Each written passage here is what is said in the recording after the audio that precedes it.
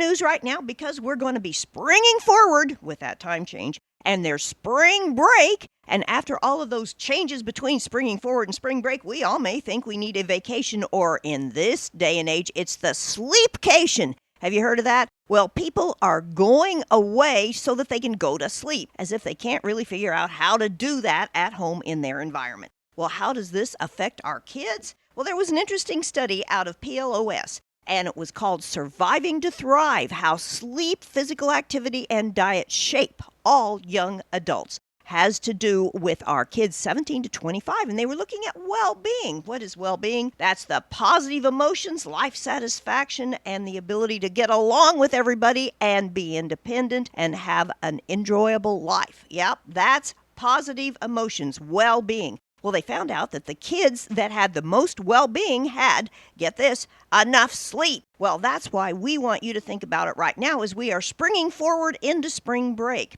This is the time where we get off of our routine, and afterwards you think you need that sleepcation. But if you pay attention beforehand, you may be able to avoid the need for sleepcation because you're doing it right beforehand. So how do you do that with the little kids? Well, that's a little easier. That week or so before, you just have them get up a little earlier, eat a little earlier, go to bed a little earlier. And each night, if you do just a little more, you'll be close to that change after you've sprung forward.